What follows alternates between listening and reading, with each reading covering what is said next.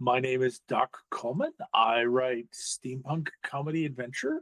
There is a lot of peer pressure to be creative, but that doesn't necessarily mean that what you create is going to be good. One of the things I think that we have forgotten to a degree is that writing and that stories and storytelling is just, it's supposed to be fun.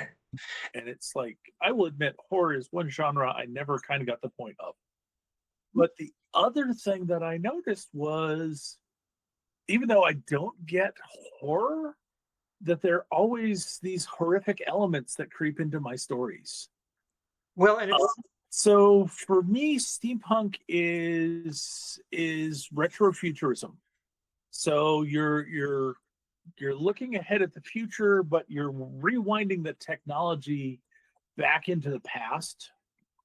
And a lot of the time, and the sweet spot for that is really the early age of industrialization. But one of the things that I really love about steampunk as a genre and about the Victorian era in particular is that it's one of these periods where anything is possible.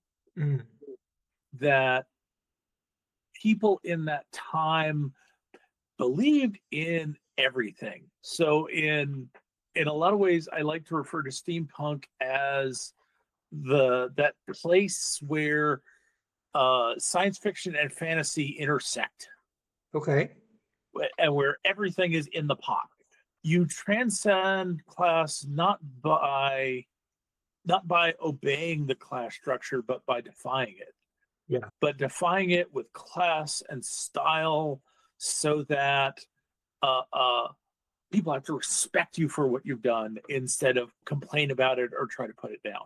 Everybody's looking at the makers and the costumers and listening to the bands with their makeup, because it's so much of it is about the aesthetic Yeah. and about the look and the feel and the reimagining of things. And it's like, yeah, but that kind of starts with us. Don't forget the stories that get told. Crackle and Bang, of all things, started off with a Halloween costume. My wife and I were going to a Halloween party and we decided to dress up steampunk. And then I looked at it and I said, seeing the top hat with the two pairs of goggles, it's like, that's a character. And so it became Professor Harmonious Crackle and Miss Titania Bang. And once I started with the names, the characters just pulled together after that. Very much became a case of, uh, you know, he's the absent-minded professor. Hide her intelligence as a defense, Mm. both against unwanted advances and and against people who would attack her for being smart. I've become a big fan of, all right, something blows up. Yes. Uh, I've I have often done the whole thing of, all right, what's the worst thing that could happen? All right, let's make that happen and see how the characters react.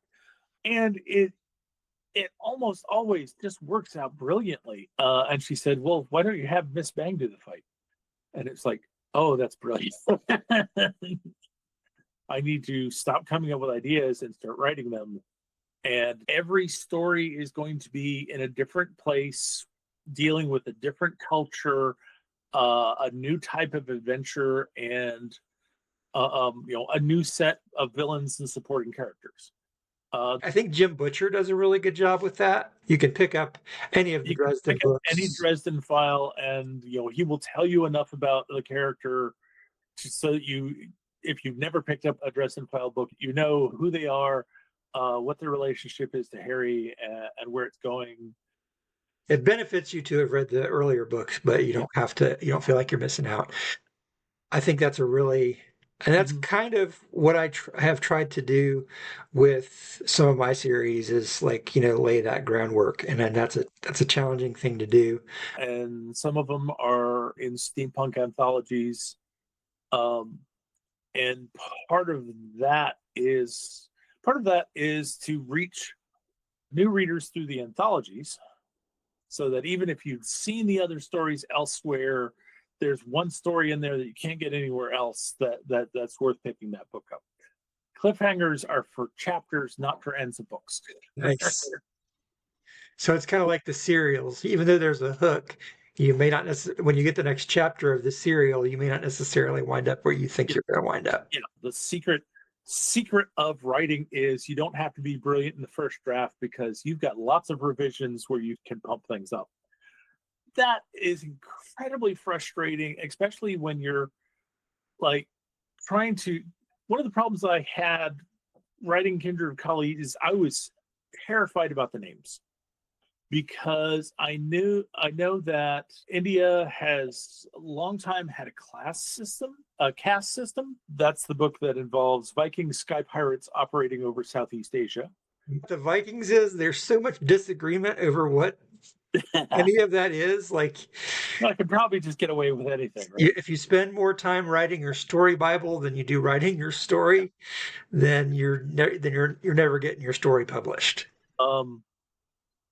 So I do a decent job of holding all that in my head, and then it becomes a matter of pulling in the different flavors and flavoring it properly. I don't have a budget. My sales aren't good enough to give me a budget to hire somebody to do it.